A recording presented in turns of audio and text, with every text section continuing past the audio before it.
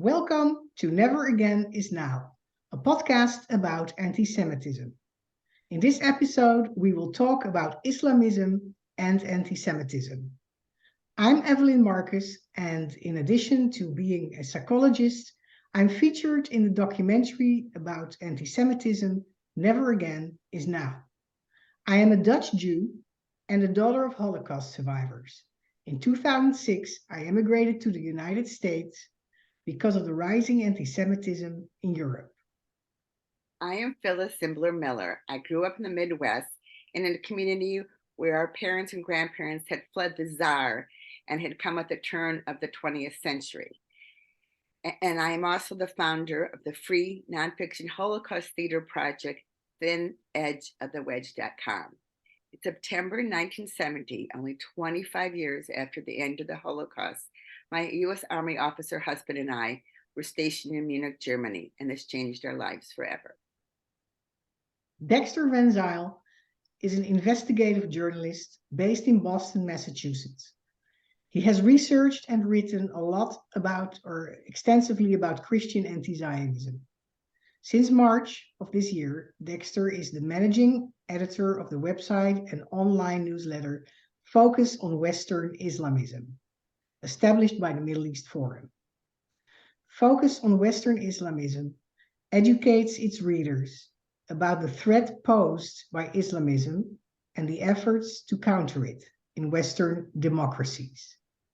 It serves as a hub for counter-Islamist research and analysis and seeks to give voice to anti-Islamist Muslims. Dexter, it's great to have you as our guest on this important topic. Thank you for coming on and welcome. Thank you for having me. It's great to be here. I get to ask the first question, which is, can you please tell us the difference between Islam and Islamism? Sure. Islam is a 1,400-year-old religion. It's a monotheistic religion that has many manifestations and has a lot of different interpretations. And it's been a source of great solace and comfort for huge numbers of people throughout history. And it has a wide variety of sects, and I wouldn't want to call them denominations, but interpretations and how the faith should be practiced. And there's a large group of people who are working to essentially help update the faith so that it can essentially, so that its adherents can live in peace with themselves and other people, other Muslims and non-Muslims in the modern era. And then there's another group of adherents who are essentially trying to essentially restore, to achieve some sort of nostalgic utopia. And that is what brings us to Islamism. And just to remind people, and by the way, I don't want to make a joke, but when you said it has a lot of sex, it's S-E-C-T-S, not? Yes, that's right. And I always worry about using that word, but S-E-C-T-S. Yes, it's funny because the first word I thought, oh, wait a second. But I wanted to say that Islam as a religion came out of Saudi Arabia in 600 something, right? And Right. That's where it first entered the world. Right. So it's after Judaism and after Christianity and then Islam. Right. So you said Islamism is a nostalgic utopia. And what does that mean in content? I think that essentially what has happened is that there are a number of Muslims. Islamism was founded in the early 1900s by people like Hassan al-Banna and Syed Maududi over in South Asia. And it was updated or reworked by Sayyid Qutb several decades later. But there are a number of commentators who essentially want to restore Islam to what they thought to its preeminent place in world civilization and in world politics, because after the dissolution of the caliphate by the modern state of Turkey in the 1920s, that was a great source of humiliation. And so I think that Islamism, the way to describe Islamism is that it's a utopian political agenda that is rooted in humiliation, that wants to essentially restore Islam and the practice of Islam to a preeminent and dominant force in world civilization. And to that end, essentially what has happened is that there are some people who engage in dawah, or essentially a form of evangelization, to try and transform, in particular, Western democracies, or restore Muslim majority societies to a utopian past that never really existed. And then there are other people who've engaged in acts of violence, and there's to basically bring about that utopia through force of violence and terror. And the problem is that there's a conveyor belt between those two techniques. And one of the things that we've seen is that, the Muslim Brotherhood was founded in the 1920s, but there has been a significant number of other organizations that still affiliate with the Muslim Brotherhood, who essentially either engage in acts of terrorism or a strategy of dawah to transform both Muslim and non-Muslim societies to essentially how they think the world, the human condition should be governed. And just to be clear, this is a very strict interpretation where women stay at home and they're totally right. Is that correct? Right. I think this is one of the things. And I don't want to. I think it's kind of, Islamism is offended by a lot of what we see in modernity, which is this notion that women are allowed in the public square, that human beings, or essentially that they are able to kind of wade through the human condition without having to follow the guidelines or Sharia or the path that's been offered by Islam historically, and that they want to essentially impose that. And one of the things that we've seen is essentially attacks on people's freedom of belief, and also their ability to actually speak openly about Islamism and Islam. And one of the things that is most troubling about this movement is that they've made it so that not only can you not speak openly or criticize their political agenda, but that you can't subject their religious faith to any scrutiny. And this is one of the things that's problematic, because in the West, religious beliefs are subjected to intense scrutiny, debate, and dialogue. And and what that does is, if you insist that other people can't speak about your religion, that puts you in a position of privilege and supremacy over people who don't share your faith, or even people who do share your faith and want to discuss how it should be practiced and interpreted in the modern world. Why are you monitoring Western Islamism? Pretty much for the same reason that historically people try to monitor communism here in the West.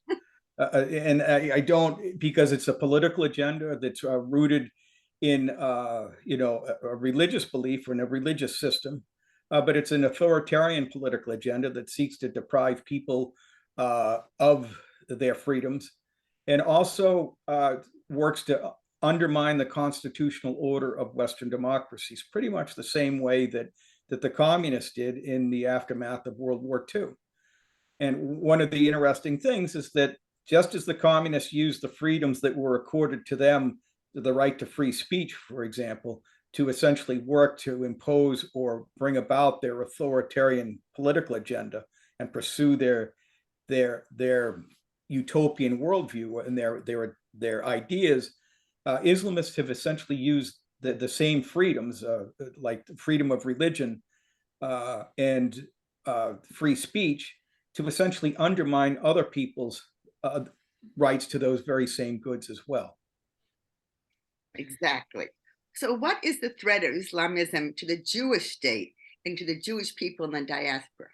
Well, I think this is really one of the big concerns. The Jewish people, just so people know, I spent 17 years working as a pro-Israel activist. And I have great admiration for the Jewish people and the modern state of Israel. But at the same time, I was always worried about anti-Semitism, because it's a very destructive force. And ultimately, the Jewish people represent an obstacle to, in a lot of people's imaginations, to this demand for what Bernard Harrison has called project-driven homogeneity. And he talked about that in his first or in his most recent book about anti-Semitism. Anytime you have a grand project in which you are going to refashion humanity, and you are going to essentially bring about a utopia, and you're going to impose your system of beliefs and thought and action on people to achieve that utopia, you're looking for essentially human beings to be homogeneous, to a certain homogeneity. And historically, there's always, the Jewish people have represented a certain obstacle to achieving that homogeneity. And I think that's really that's kind of one of the elemental problems, is that if you have a grand utopian agenda, at first you're going to, and this was true with the Christians in the Middle Ages. They thought that they had some sort of solution for how the human condition was going to be resolved and fixed. And what happened was that they saw that the Jewish people did not convert, and it was a great source of offense to them. And essentially, I think that every utopian worldview ends up finding itself hostile to the Jewish people, because at first they think they have a solution that the Jewish people will accept. They'll say, "Oh, well, they're going to embrace this," and some do. But then what happens is that there's another group that doesn't, and they represent, I think, for a lot of people, essentially the stubborn nature of the human condition and humanity. And I apologize for using that word, because the whole notion of the stiff-necked Jews and stubbornness, well, that's how people are in general.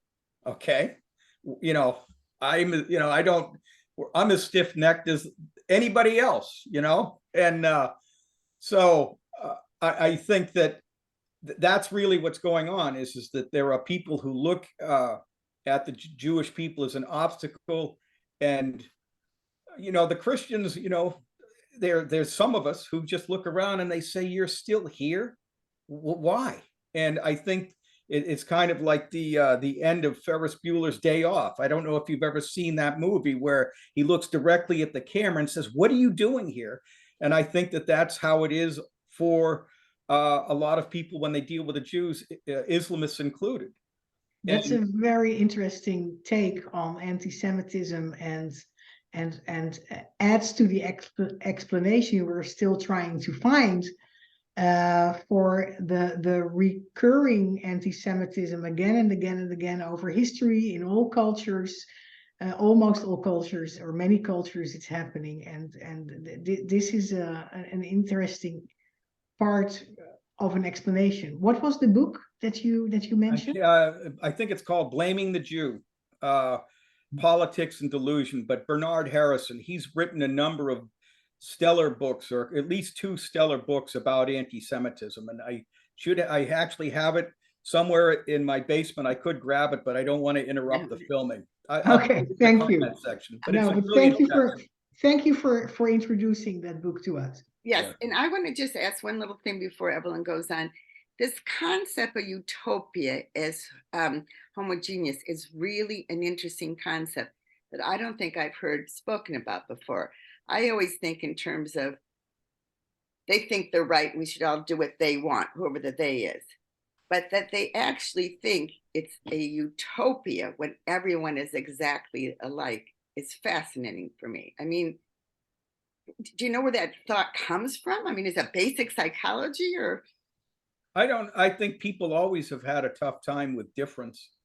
And I think that's part of it. I think, and it's just fear of the other. Fear of the other. Okay. Yeah. I'm just guessing. Right now, I'm kind of spitballing. I haven't really thought about why people think that, but they have a very specific goal that they want to accomplish, and they think that they can get everybody on board with it.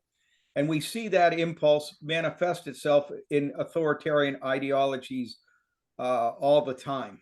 And I think, that's kind of what we're dealing with right now. Thank you. Evelyn?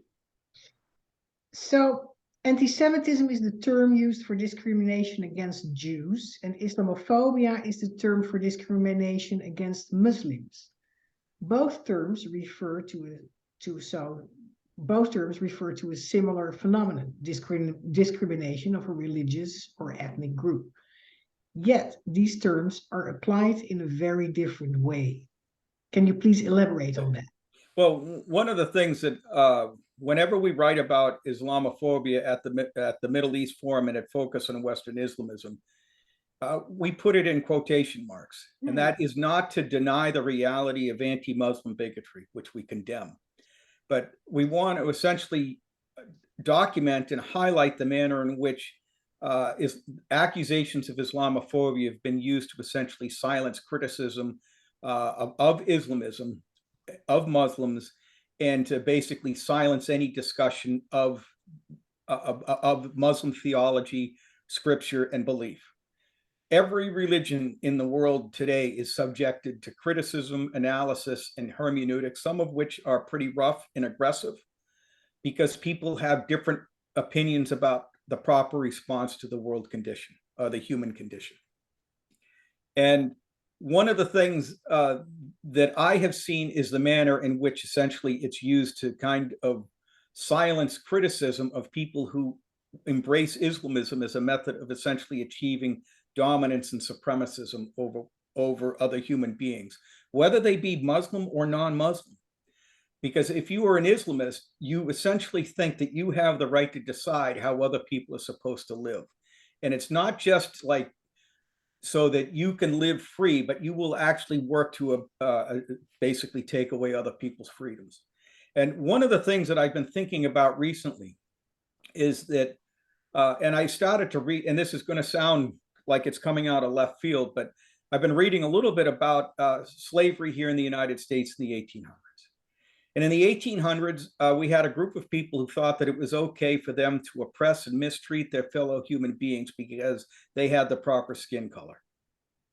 And when Abraham Lincoln came along and said, so do you think that it's okay if you think that you actually, you can legitimately have property rights over other human beings, would you be okay with Black people owning whites as slaves? And the answer was obviously no.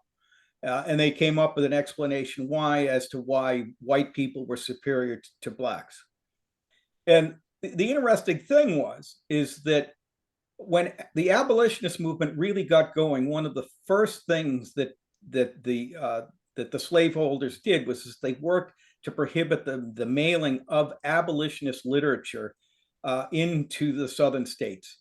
And their argument is that you're inciting hostility towards us as a people, and all we're doing is trying to exercise our legitimate rights, our legitimate property rights.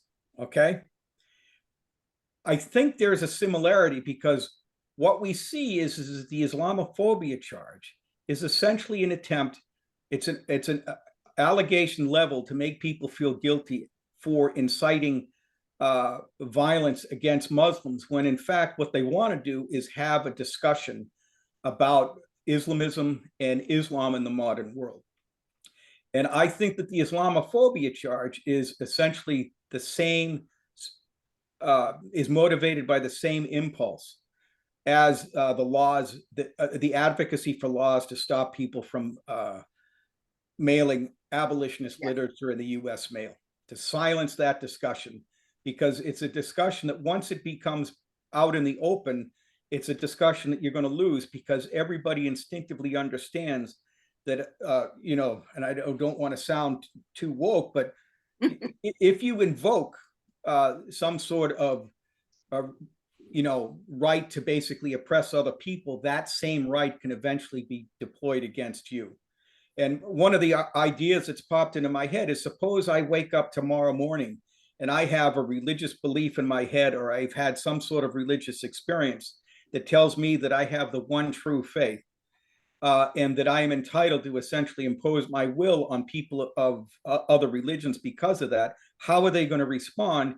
They're going to say, look, we're all equal before God. And one of the things that we have to remember is that rights inhere in us as human beings, and not as adherents of any particular religion. I think you should say that sentence again. That rights inhere in us because of our status as human beings, and not because of our adherence to any particular religion. think that's a very strong statement. Thank you. And how would you contrast that with how anti-Semitism Okay. is used? Now, all right. Now, I want to make it clear that there is such a thing as anti-Muslim bigotry, and I condemn it. And it also, and one of the reasons why it's important, not only is it wrong, but it also hinders the efforts of Muslims to, update their faith. It puts them on their back feet and it makes them uncomfortable. But I look at Islamophobia. If you look at and I've gathered some of the data from LexisNexis, the use of the word Islamophobia has generally been more popular or has erupted in after acts of Islamist violence or jihadist violence that have basically frightened everyone. And so I think that Islamophobia is deployed to silence criticism of Islamism and Islam after Islamist and jihadist acts of violence. I think that anti-Semitism in the main is used to basically justify acts of oppression and violence against Jews before they take place. And so there's a chronological thing going on here. People are interested in scapegoating Jews and Muslims for many reasons. They'll deploy a narrative about the evils of the Jewish people, and essentially people will then use that to essentially justify, say, like a Tree of Life massacre. Whereas Islamophobia is deployed after people start to speak openly, or the allegation of Islamophobia is deployed after people start speaking openly about Islamism and Islam in the modern world, and how Islamism needs to be defeated, how the power of Islamists needs to be curtailed, and how Islam needs to be updated, just like every other religion has been updated and transformed in the modern world as well. Okay. So many of our churches and synagogues are involved in interfaith dialogue with Muslim organizations. And often we don't realize that we are dialoguing with an Islamist organization, which means an orthodox political Islamic organization. What are the names of the main Islamist organizations in the West, especially those active in interfaith dialogue? Well, one that I have basically been contending with most openly and is the Council on American Islamic Relations. There's a number of organizations like CARE. That's CARE, right? Yeah, CARE. And there's other organizations that essentially are who were founded by members of the Muslim Brotherhood. And one of the and I would say the Islamic Circle of North America, Islamic Society of North America are organizations that people historically need to pay attention to, and also the Muslim American Society here in the United States. And this is really one of the tragedies of all of these organizations, is that essentially they were founded by people who were not intent on promoting civil rights, but were intent on advancing the agenda of organizations like the Muslim Brotherhood or Jamaat-e-Islami, which is from South Asia. And this is a very troublesome reality. And the great tragedy is that they pursue an agenda, or have historically pursued an agenda, and to a large extent still do, that is not really embraced by most of the Muslims who live here in the United States. I just did a long interview with Umar Lee, who is a Muslim convert from St. Louis, and he talks about the practice of his faith. He's looking for a religion that helps him get through, and I'm kind of paraphrasing it, the developmental challenges of being a human being in modern America. He's not interested in imposing his ideological worldview on anyone. And I think that that's the way it is for most Muslims here in the United States.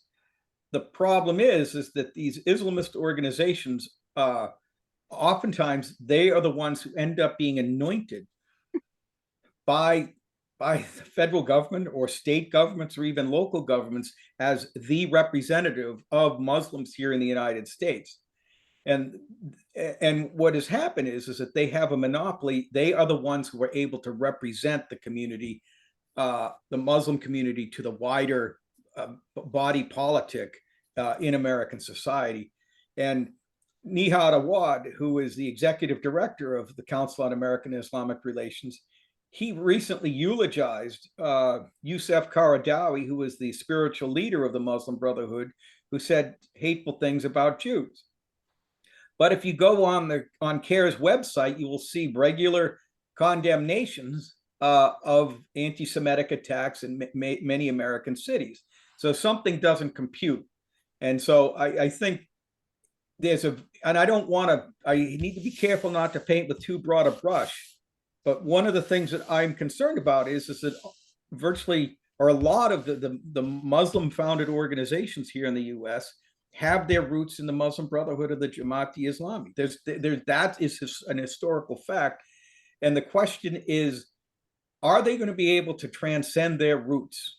And are they going to say, we're done with this? The Lutheran Church, for example, they distanced themselves from Martin Luther, who said hateful things about the Jewish people. And I think that that's really one of the processes that we're going to have to see. Is, are people really willing to update how they practice and think about their religious faith, and recognize that while it may be a source of solace for them in their lives, they may not use it to justify the oppression of people outside their faith or even within their same faith tradition.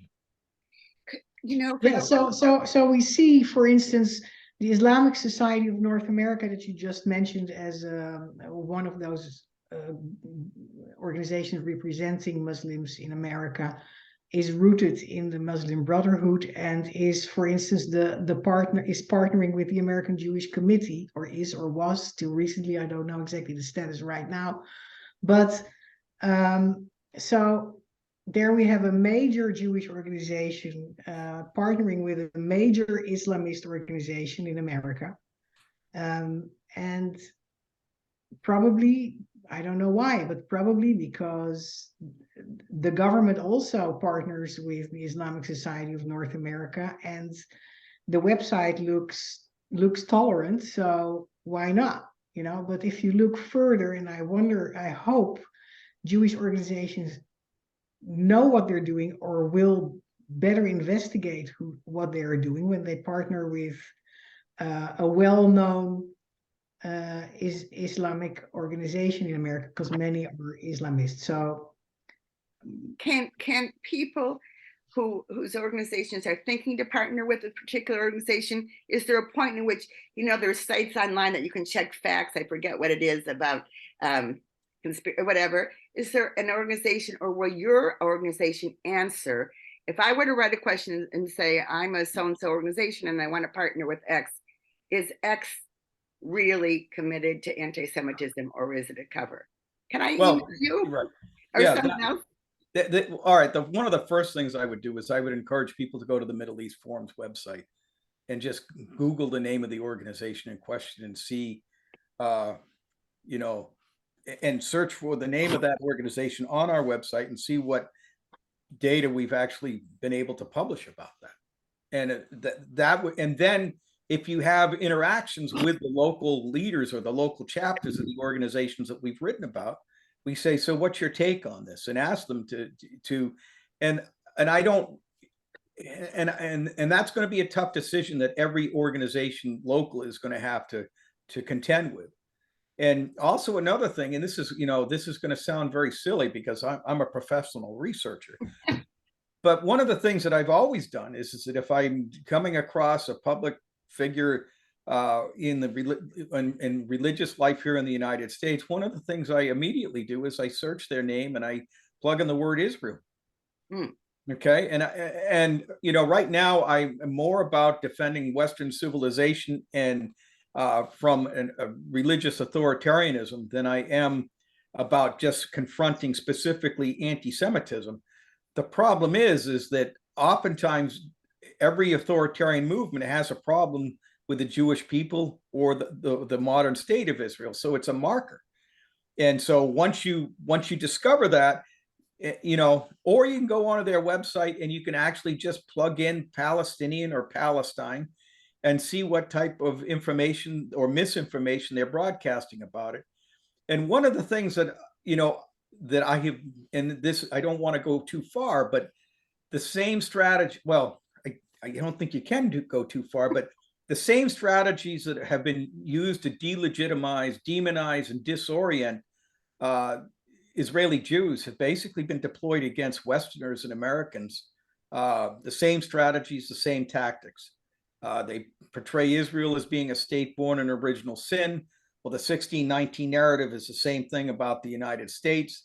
And ultimately, what they're trying to do is to get people to give up the ghost. And so you can look closely, if they affiliate, you know, with the Black Lives Matter movement. This is one of the things that Islamists have done, is they've taken wonderful advantage from their perspective of any of the pre-existing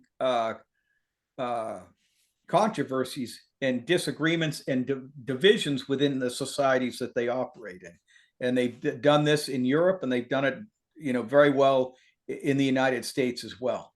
So, you know, once you start to look at their website, and also look, you know, look at look at our website, and also just, you know, look in the news data banks to see exactly what they have said about a number of hot button issues, and you'll be able to figure out what these people are about. It's not really that hard.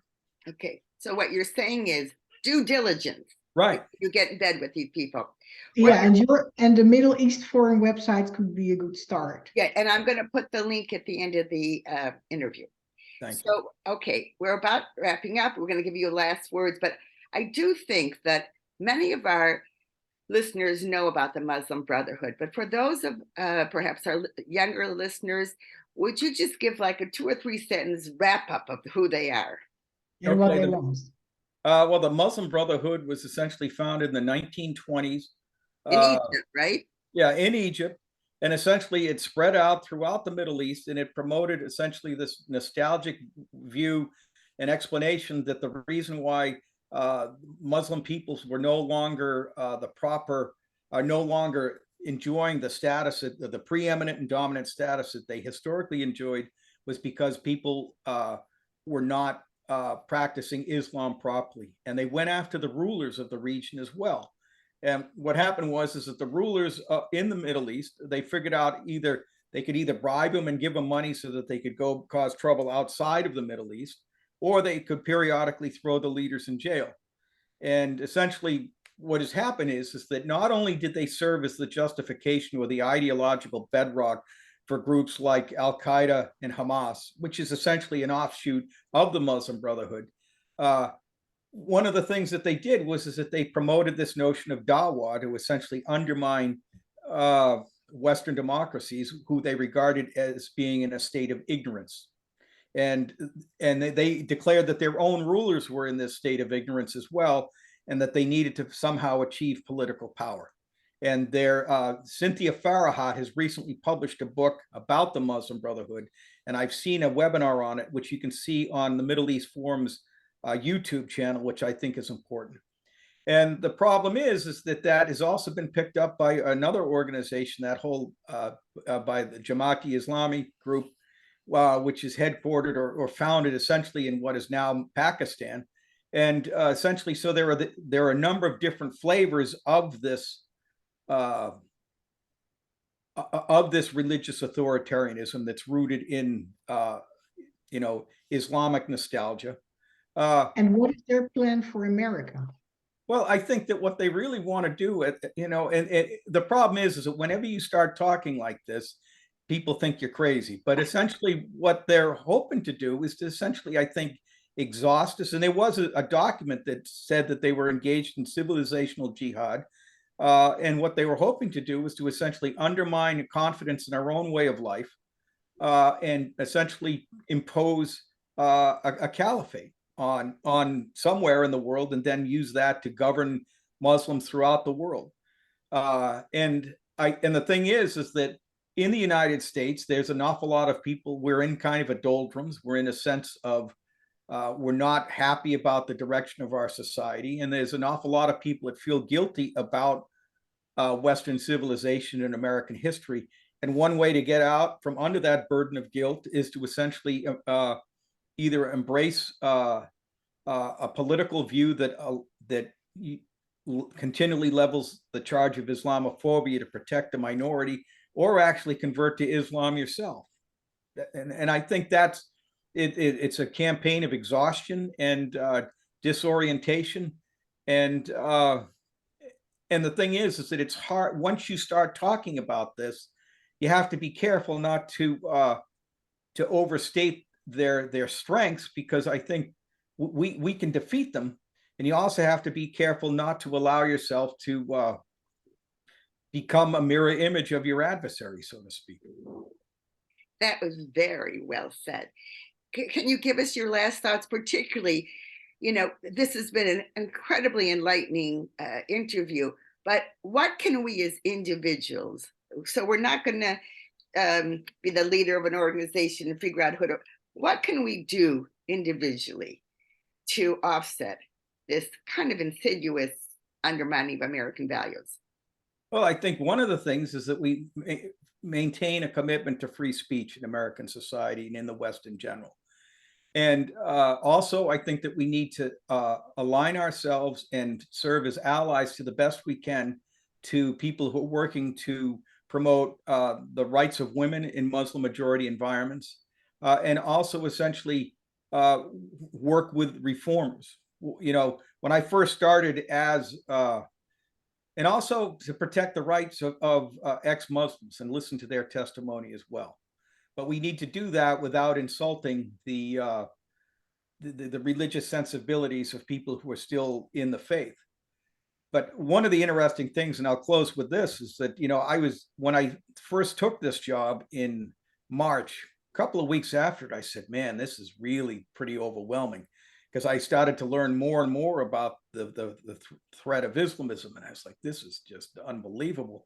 And then I got an email from a Muslim activist who fights against anti-Semitism. He's a founder of Muslims Against Anti-Semitism, Wasik Wasik.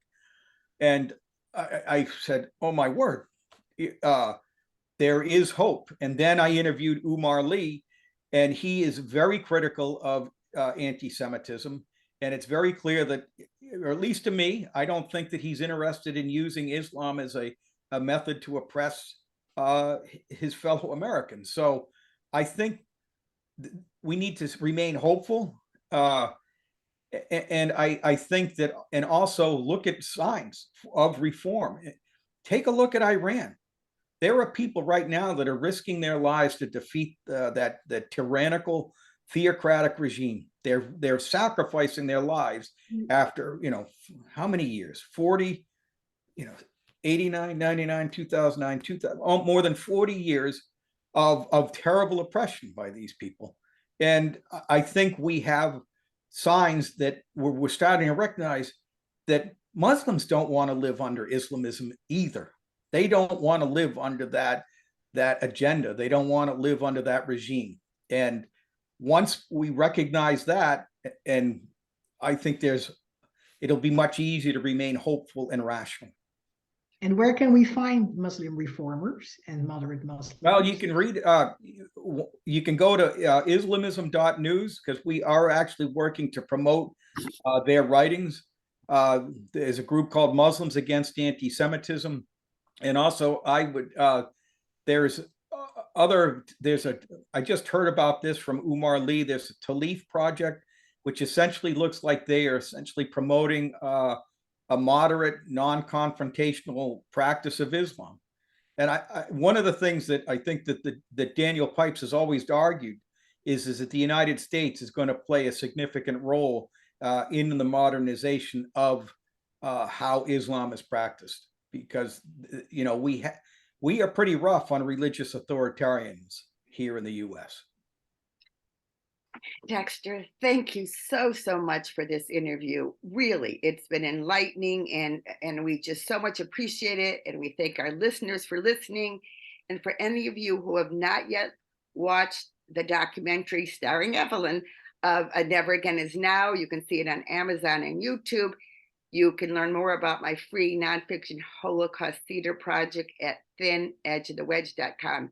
And as we include every time on our podcast, please, as long as you can do this without putting yourself in physical harm, speak up against anti-Semitism and all hate.